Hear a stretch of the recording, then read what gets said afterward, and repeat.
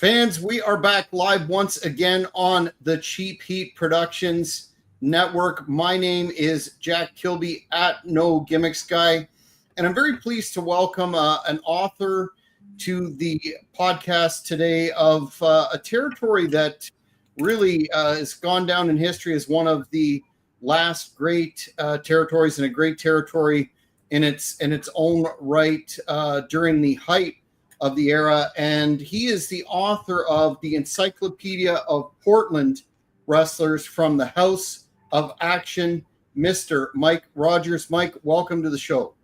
Thank you very much. I appreciate it.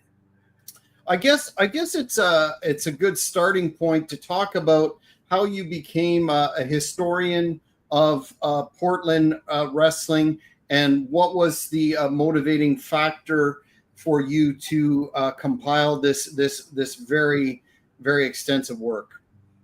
Yeah, I can remember when I was 8 or 9 years old, first time I saw Portland wrestling, and I was just absolutely fascinated with it. And I just never lost that love of Portland wrestling. Later on, when I was in college, I went into the library and went back through old newspaper microfilm, because I was really interested to find out what happened in the territory before I became aware. And so I went back like to 1948 to find out the history of the territory. In 1983, a very good friend of mine, Ken Hamlin, was doing a bulletin, and it was called Ring Around the World. And he and I worked together, and I said, I want to do a bulletin as well, but I want to call it Ring Around the Northwest. And so that was 1983, and it was 3 pages done on a typewriter. And I ended up doing that bulletin for 30 years. And about 6 or 7 years into it, I met a wrestler, Ed Moretti, Moondog Moretti, became a very good friend of mine. And he opened some doors where I got to meet some other wrestlers. I reffed for a while. And the main thing was I started interviewing wrestlers and putting those into my bulletin. So I was very fortunate enough to interview Don Leo Jonathan, Lou Thez, Dutch Savage, Bull Ramus, Mad Dog Vachon, on and on and on. I was Brian Danielson. I had a chance to interview a lot of really top-notch wrestlers. And I don't know if you're aware, but that stems from my first 3 books, reprints of those interviews. And I'll hold up the first volume. There's 3 volumes. They're called Excitement in the Air, The Voices of Northwest Wrestling. And so those were reprints from my bulletin, and really proud of the different interviews that I was able to get. Mm-hmm, mm-hmm. You mentioned the process of going through microfiche and doing that level of research that, you know, a lot of folks don't do today because of the internet and the accessibility of information there.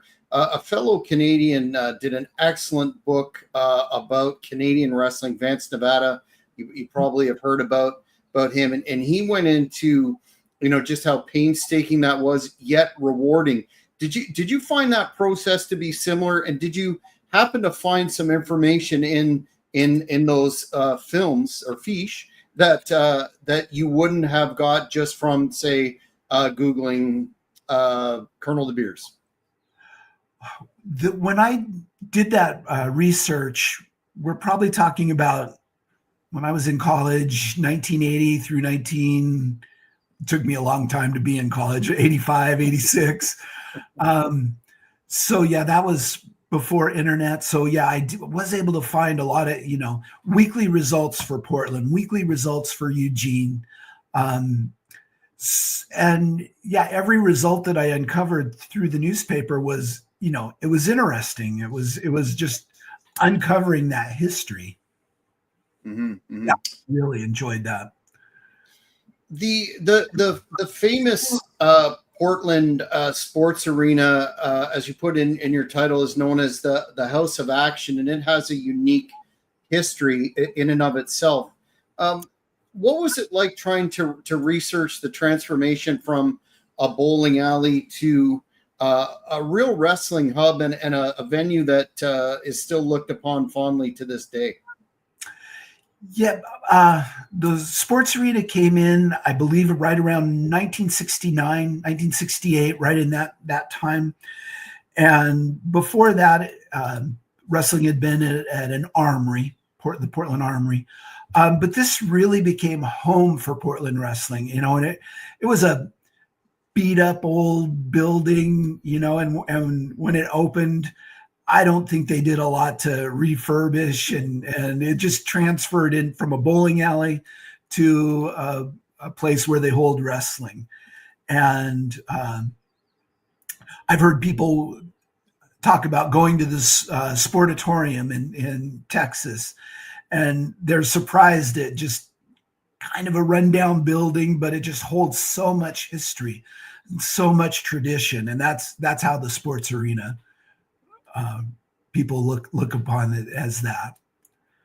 And some historians have commented that the fact that the building was owned, with limitations, as you're talking about, was one of the reasons why the territory survived so long, and it really lent itself to TV. And up until they lost TV, they had a good thing going there. Do you see that as integral to the latter part of the promotion's longevity as well? Oh, absolutely. Not being able to look into the future, it was like, well, as I started seeing territories die off, it was like, well, Portland won't have that problem because Don Owen owns this building and it's the integral part of his promotion. So he won't have that thing to worry about. TV, this was the real key. I saw Portland wrestling as such a staple of the Portland area, not just wrestling, but everybody in Portland has a Portland wrestling story. Or my uncle knew Lonnie Mae, and, they went to the same barber. Everybody has a story like that. And Portland's a small enough town.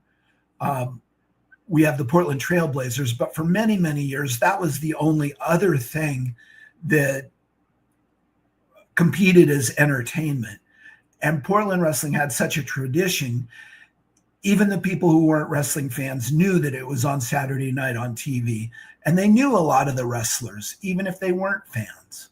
So yeah, the tradition is what makes Portland wrestling so integral.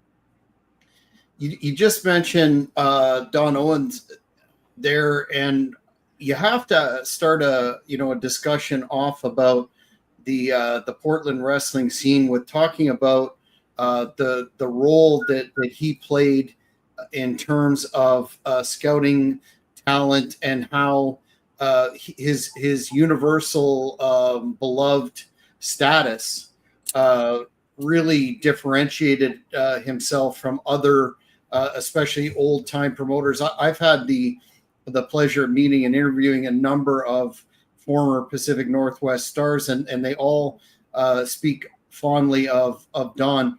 Could you talk about how he was really the driving force there, and his business moves ensured that it was a successful operation? Yeah, it's interesting because a lot of different aspects of him are interesting, because for many, many years, he didn't have a booker. He would just have the wrestlers on top decide what they wanted to do, the angles that they wanted to run. I think he kind of oversaw them, but he just kind of let the wrestlers make the decisions of what made sense. One time I had a chance to interview Don, and it was very short. But he talked about he liked action wrestlers wrestlers who undoubtedly were moving quickly, interesting characters. But I think he really liked wrestlers who moved quickly, and moving quickly in 1970 looks a lot different than moving quickly now. But I think, it's a question that I've asked a lot of different wrestlers, like, did Don ever give you hints or examples of what he wanted to see when you were working, and a lot of the wrestlers would say no, but he did understand how a match was worked. He just didn't lend too many hints or too much advice. I think he let the wrestlers be and wrestle in their own style and manner.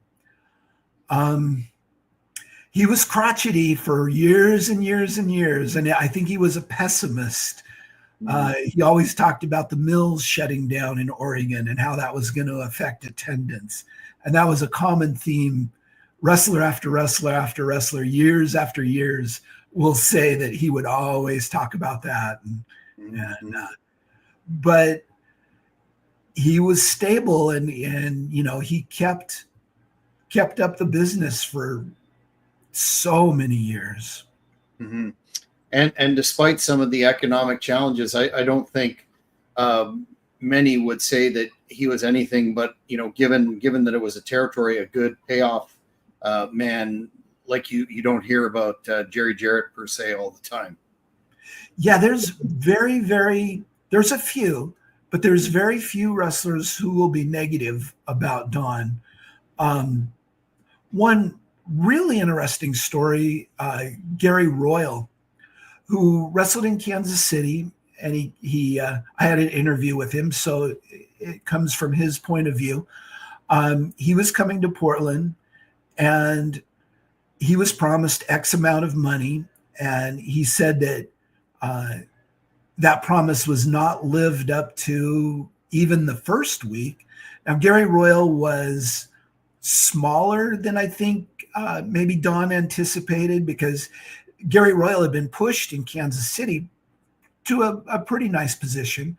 And when he came here, he was opening match the entire time. I don't think he won a match. I don't think he got any interview time to, if that was a strong point of his persona.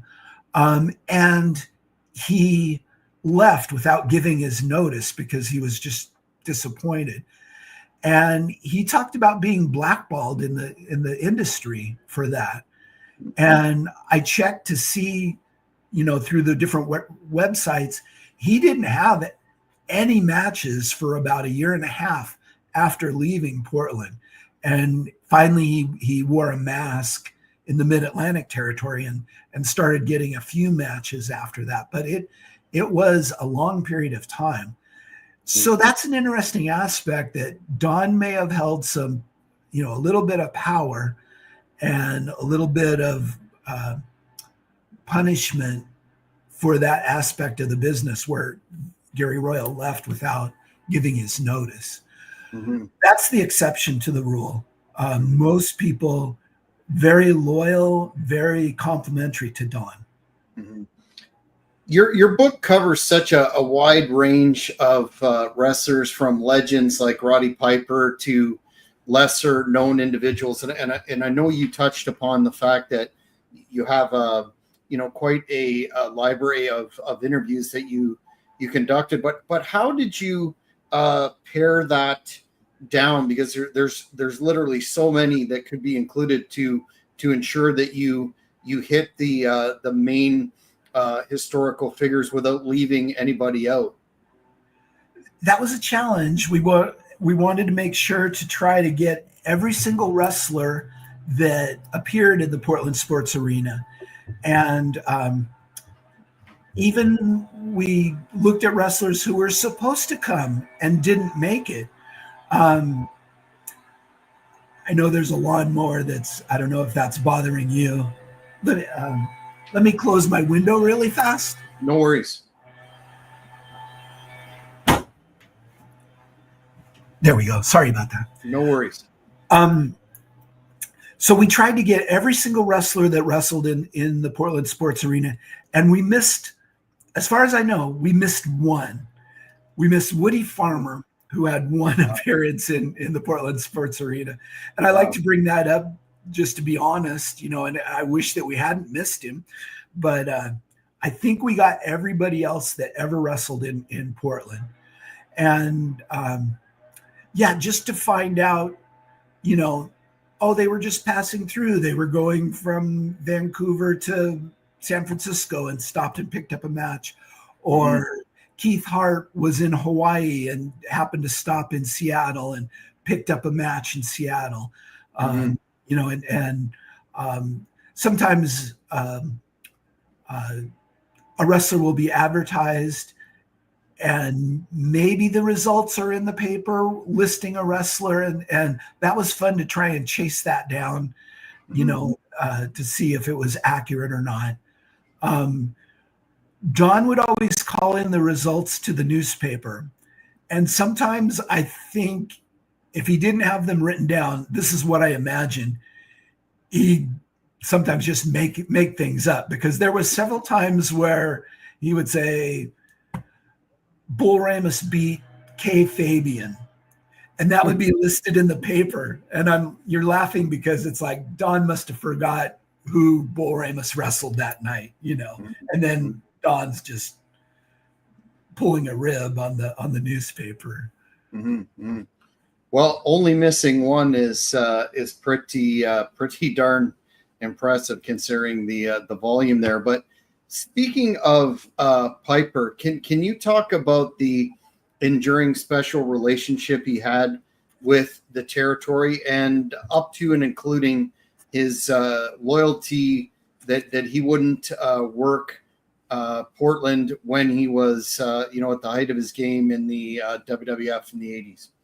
Yeah, Roddy Piper, I think, is a really interesting story because he came into the territory, and when he came in, Buddy Rose was here, Ed Wiskowski was here. Killer Brooks debuted on the same day that Roddy Piper debuted. Now, Killer Brooks is a prototypical perfect heel for Portland. Big, burly. He's a heel. There's no doubt about it. Roddy, in the pecking order, as he comes into the area without recognizing his skills, he's probably fourth in the heel pecking order. And his first initial matches, if I remember correctly, I think he went to a draw with Johnny Eagles. Maybe the next week he got a win. I don't think he was really figured in initially, as he debuted. His work on the mic, of course, ensured that you couldn't keep Roddy Piper out of top matches. And, his charisma as a heel was, incredible. Eventually he turns babyface in one of the biggest feuds with Buddy Rose in the Northwest. And his charisma as a babyface only got even more. And I think he appreciated Don for giving him, I think Roddy had run into a little bit of trouble as far as getting blackballed a little bit or being too controversial. So Portland gave him a place to work. He'd spent a lot of time in Los Angeles, but that portion of his work kind of gets overlooked at times. Yeah. And then he really comes into prominence in Portland. And then his next step is Mid-Atlantic, where, he just took off from there. Mm-hmm. One of Portland's biggest stars in its history is the now infamous Billy Jack Haynes. Can you talk a bit about how the territory made him a star, like from Jump Street, just about how strong he was pushed, and then the origin behind the rather surprising move that he had to run opposition with that Portland Wrestling Federation, although very briefly. Yeah.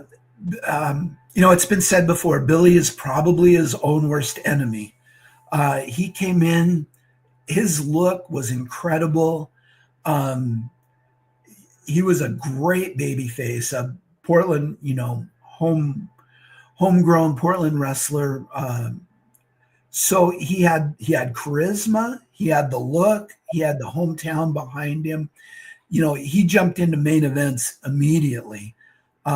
He started teaming with Stan Stasiak and won the tag title within probably his first month of turning pro. Stasiak was the perfect partner because a seasoned veteran, to help him through those tag matches, get him that experience in the ring, and still seeing him as a top wrestler, as a tag team champion. Billy would go through periods where he'd hold up Don and, be fired in some high profile matches. And that happened several times. He had his tour with WWF. And if I remember right, his first tour was like a week or less, and he decided to come back to Portland. Then he went and had that nice run with WrestleMania 3 and his feud with Hercules Hernandez and that time period where he was really close to the top. Then he came back to Oregon and decided that he wanted to be a promoter. And his initial card was a sellout in the venue that he had chosen. And it was poor booking because he was starting a tournament for his singles championship, and he didn't run the tournament in one night. He just ran the first round of the tournament, and he had a lot of talent. Ray Candy was there,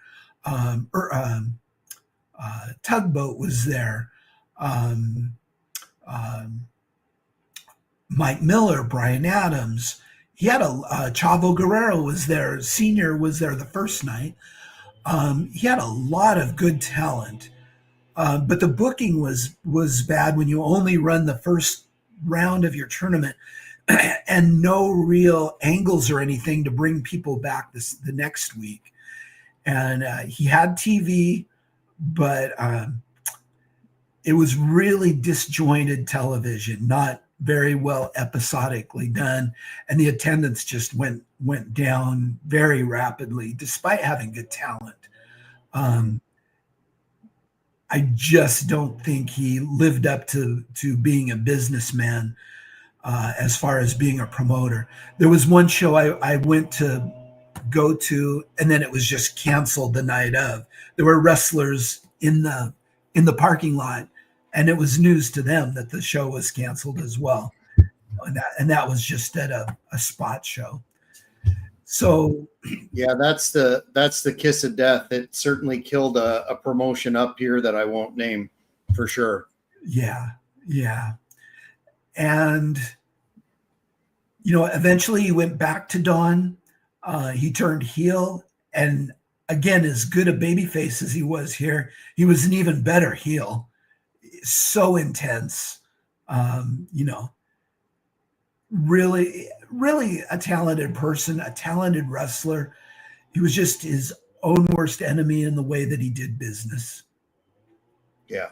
Very, very unfortunate. That's probably why he didn't have a sustained run with either. He was in Texas for a while, and he was in Jim Crockett. They had big plans for him in Crockett, and that never panned out. And then of course WWF, like you touched on, unfortunately. Are there any surprising stories or wrestlers per se that you uncovered during your research that stood out to you? Oh gosh, interviewing different wrestlers, some of the what I would find most interesting is just when they would tell stories. Dutch Savage told a wonderful story. He and Lonnie and Mr. Fuji were going down to Southern Oregon to a match. Lonnie and Dutch were baby faces and Fuji was a heel, but they were all together.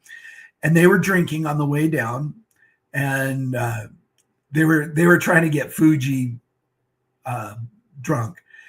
They had their matches. They continued to drink back, and the place that they were at was 4 or 5 hours south of Portland.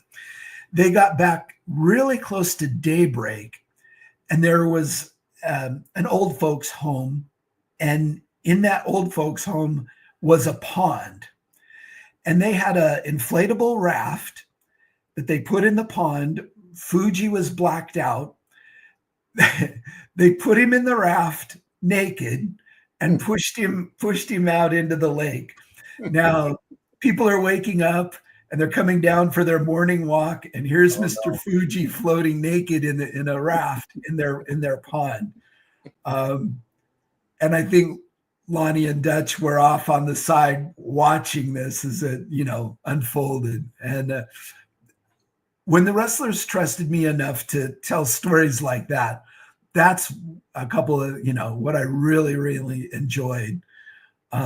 Savage told me a story about wrestling Bull Ramus, and it was one of the first times that they'd ever met. And Savage loved to fish, and he put his fingers in some sort of a smelly bait type thing, and he hooked up with Ramus, and then immediately put his finger in his mouth and right up through his nose, and backed away. And Ramus is mad; he doesn't know what's going on, and Savage is laughing, and then they hooked up again, and Ramus starts kicking him, and Savage is just laughing like a little kid, and Ramus. And I heard the story from both of them, which was interesting to hear it from both perspectives. And I think when they trust you enough to tell you those type of stories, that's kind of what I really, really treasured about doing those interviews. Mm-hmm. Yeah, absolutely. Canadian fans first, over and above exposure in the magazines, I think became aware of the Pacific Northwest, Portland territory via the Vancouver NWA promotion, and later Al Tomko's breakaway version thereof, which was the first nationally syndicated wrestling program in the country. It was actually the first program I ever watched. And, the talent came in and out, made appearances, et cetera, et cetera.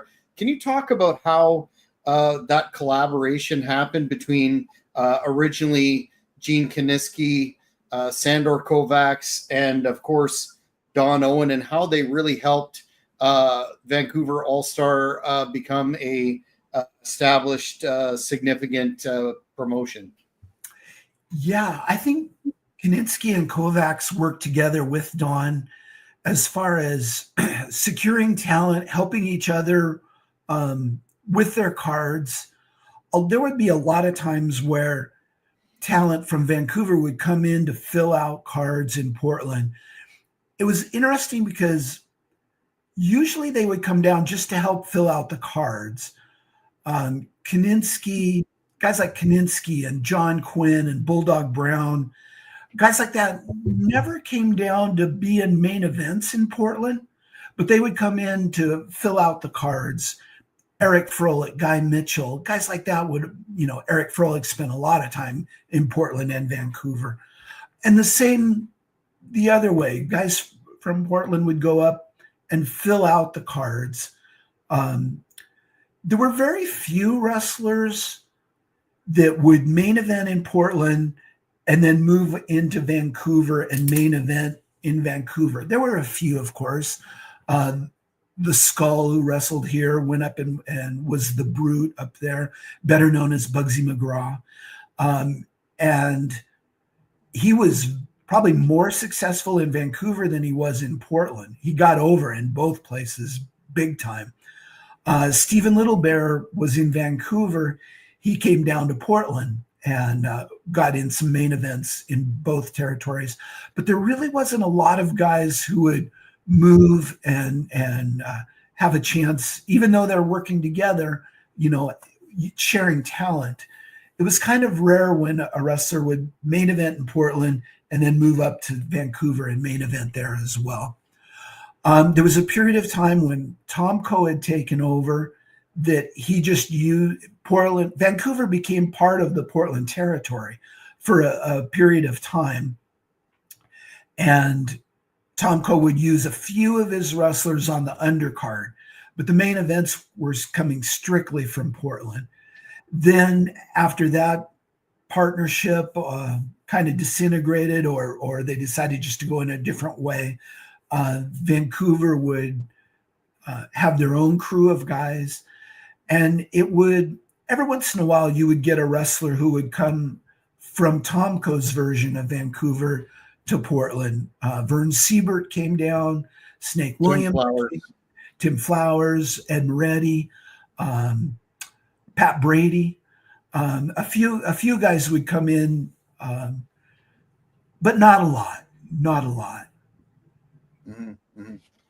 For the fans who grew up watching Portland wrestling, yet when you contrast that to the newer generation of fans that maybe are vaguely aware of some of the great moments in the territory, for those growing up and those that didn't get to see it live, what memories or moments from the era do you hope this book will rekindle? There was just some great moments that I hope are remembered. Lonnie Main and Tony Bourne started teaming in the late 60s in Portland, and they were just such a great team. Tony Bourne was the mouthpiece. Lonnie Main was the bigger physical wrestler. When their eventual breakup came, it seemed like Lonnie would be the babyface because Tony Bourne was kind of strong-arming him and bullying him around. And then there was a swerve where a wrestler by the name of Beauregard came in, started being a partner to Lonnie Main, and they turned on Tony Bourne. So Tony Bourne in that initial breakup was the babyface, and they feuded. They had such a big feud that they went from the normal venues to the Memorial Coliseum, which was the venue that the Trailblazers would use. So that was one of the biggest feuds of the late 60s. Then you have Buddy Rose and Roddy Piper, one of the next huge feuds. And that memory is Buddy Rose and Ed Wiskowski were a team. Killer Brooks and Roddy Piper were a team. They decided to have some 8-man tag team matches. And so those two teams of heels came together. At that time, they had all the belts in the territory, and Rose and Wiskowski were the world tag champs from San Francisco. I think Rose probably held the U.S. title. They had the Northwest title. They had the tag titles. Between the four of them, they had all these belts. So they brought up a wheelbarrow with all these title belts, inside it. And they said, we need a wheelbarrow to haul around all of our belts. And it was one of the most memorable interviews. You knew that this team of these two heel tag teams were probably headed to feud eventually. And it was people were really looking forward to that. Of course, once they started teaming in that match, the breakup came, and Brooks and Wiskowski kind of fell to the wayside, and it just focused on Piper and Rose. And that was such an iconic moment. And that feud lasted a long, long time.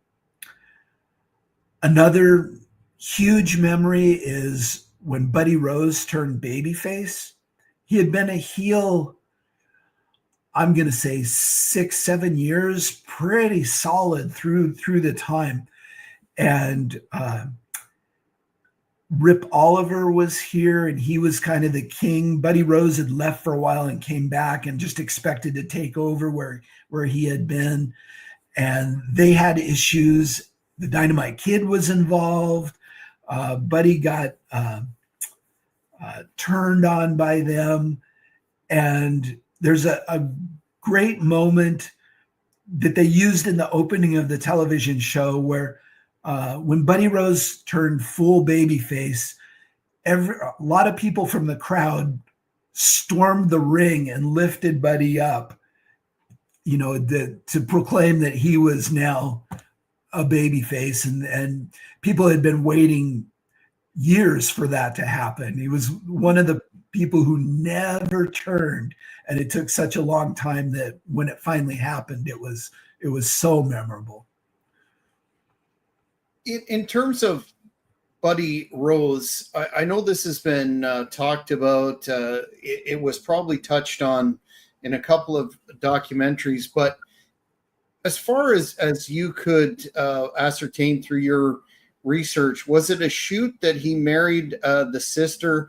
I want to say it's a Bourne sister as part of that feud. Was that an actual happening? That actually happened, yes. And they ran some angles off it, but there was some legitimate heat between Buddy and Matt and Tony Bourne. There was some legitimate heat. I got to know Buddy a little bit and would hear some stories. Buddy was afraid of Matt, and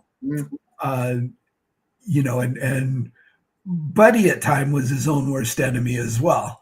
And so yeah, that was legitimate. Did he? I know allegedly he stated that that marriage happened just to get at Matt Bourne, and it really was for the angle. Was that something that he communicated to you, or was it just a legit thing that as marriages sometimes do, devolves and causes heat? I think it was a legit marriage. I think they were a legitimate couple.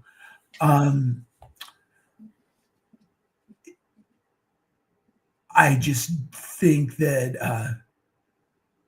Buddy wouldn't have been the son-in-law that Tony envisioned, or the brother-in-law that Matt envisioned. Mm-hmm. In the latter part of the 80s, aside from Buddy's, in my opinion, excellent tag team with Doug Summers, managed by Sherry Martel in the AWA, he never really got an opportunity on the national stage to demonstrate what he could do. I mean, aside from the cosmetic issue of that time when, wrestlers were all about, the steroids and that sort of thing, was there any reason that you can ascertain why that didn't happen? You would think it would have been a no-brainer in a major heel role. He did get that early run against Bob Backlund in 81, 82, that time period. And he drew really well. He got out of shape, and the one thing that really people will always say is Buddy had a great mind for booking, for angles. And he was very athletic, even when he got to be bigger. He had that signature bump where he would, his toes would grab onto the second rope as he was going out, and then someone would come over and move the rope, and he would just take that short little bump. But it was a unique bump. Very good mind, and people like Kurt Hennig and people that he worked with early in their career always recognized what a great mind that Buddy had as far as putting together matches and angles. When he really lost his physique and lost his, got out of shape, and there was a time where it was horribly out of shape, even after the blowaway gimmick. Even in Portland, he lost that ability to be taken seriously, to be put at the very, very top. And that's a shame, because he really could have done some good business, and he had a few of his own demons that hindered his career, but absolutely talented in a lot of ways. Mm-hmm. How do you think Portland, the Pacific Northwest, compares to other, territorial-based promotions of its time? What, a lot of territories have come and gone and don't get a lot of ink, so to speak, electronic ink, but Portland continues to be a beloved territory that people are talking about. You've compiled this excellent book, and it seems to be in the discourse. What set Portland apart that it's more than just a historical footnote? I think one of the reasons is, and this could be Don's ability to spot talent. As you go through the different time periods, Don always liked to use young talent, and so much of that talent really went on to have fantastic careers. People like Gino Hernandez, people don't realize that Gino Hernandez spent some time here. And that was after there was a short period of time where he was Detroit's United States champion, a really outlier of where he wrestled, but he came here after that and didn't get into the main events. I was really hoping, that you'd get a chance to see what he could do. But he had his role here. He got into a few main events in tag teams, not in singles. Tully Blanchard spent some early time here. And the other guys, Jesse Ventura, this was probably his second territory. And I love the fact that for probably a year, they didn't let Jesse say a word in his interviews. He always was up in the crow's nest. Bull Ramus was his partner who did all the talking for him, but they didn't let him say a word, which I find, as eloquent as he came later, and it was so important in his position. That they didn't let him say a word here. Rick Martel, another young talent who really exploded here. So you can look at cards all through the history and be surprised at our undercard and the talent that was throughout the card, not only in the main events, but the wrestlers wrestling in the preliminaries as well. Mm-hmm, mm-hmm. We'll talk about in a minute where the fans can purchase not only this book, but your other works as well. But do you have any plans right now in the works for projects related to Portland or other wrestling territories? Not at the moment. I actually felt like I'd written just about everything that I could on Portland. I had 3 Excitement in the Air. Those were the interview books. I had one book, and I don't have it in front of me. I don't have a copy at the moment. It's called Katie Bar the Door: The History of Portland Wrestling. Then there's the Encyclopedia of Portland Wrestlers that appeared in the sports arena, and I don't have a copy of that with me as well.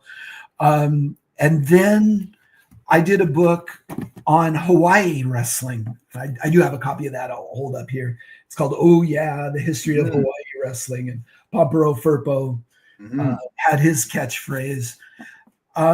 This book, I always loved Hawaii wrestling because the cards that they had in the late 60s were just fantastic. And you had the wrestlers coming to and from Japan. They would always stop in Hawaii. So you would have just fantastic cards with such talented wrestlers. And they wouldn't be those wrestlers that were just going to and fro. They wouldn't be in the main events. They'd be on the undercard, and you'd get a Bruno Sammartino on the undercard, and he's just coming, one way or the other. I had a chance to interview Ed Francis, and I had a chance to interview Lord Blears well before I wrote this book. And Lord Blears had an interesting thought. I kept trying to press him at just how special Hawaii was and what was it like to book that territory when you had all that talent. And he really kind of poo-pooed the wrestlers that were traveling back and forth because it was the local wrestlers that drew the house. And that's what he kept telling me. And I'd rephrase the question in a certain way, was it interesting, exciting to book the territory where you had all that talent? And he wanted to make sure that I knew it was those local wrestlers that were drawing the house. And that may be something that I didn't recognize at the time, that money is the most important thing in wrestling. And the people drawing the houses were the most important people to consider. So it's the Johnny Barends and the King Curtises, the Ripper Collins, the guys who were there week after week after week. Those were the most important integral guys to that territory. And they may not have been the biggest known stars, wrestlers, but in Hawaii, they were so important. Mm-hmm, mm-hmm. And also, one other aspect of the book, we go way, way back. And when Pearl Harbor happened, forget about wrestling. It's such an interesting time to look at what was happening in Hawaii. There was a curfew put on. They couldn't promote wrestling. The promoter was such a hustler, and his name at the moment slips my mind. But he would rent facilities that were tied in with the barracks there. He would have something called a derby, and it would be akin to vaudeville. And so different interesting little acts like that. And then they double book later on. They'd have a dance for the military. So he was hustling, trying to still promote things, double book the facility so he could get two different audiences in. And he just kept working with the military in that manner until the political climate cooled off enough where he could bring back wrestling.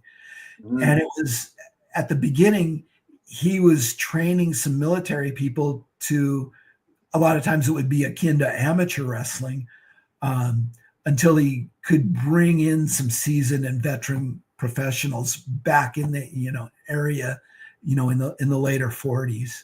Mm-hmm. The just the situation and what I learned in the book, I found really fascinating in that time period. Mm-hmm. Mm-hmm. Very much so, by the sounds of it. Any interest, or do you think there's enough meat on the bone to do a similar treatment for Vancouver / All-Star? There very well could be. Steve Verrier, who's an author, I'm not sure if you're familiar with him. He has done a book, kind of an overview of the entire Northwest, Portland and Vancouver. And the first time I met him, I said, "You wrote the book that I wanted to write." And we laughed, and he said, "There's still room for you, and he really took a real broad look at both territories. So there was a little wiggle room for me to look at some more specific things. There probably is a book that should be written on the Vancouver area, looking at the real specifics. And that would be a lot of fun.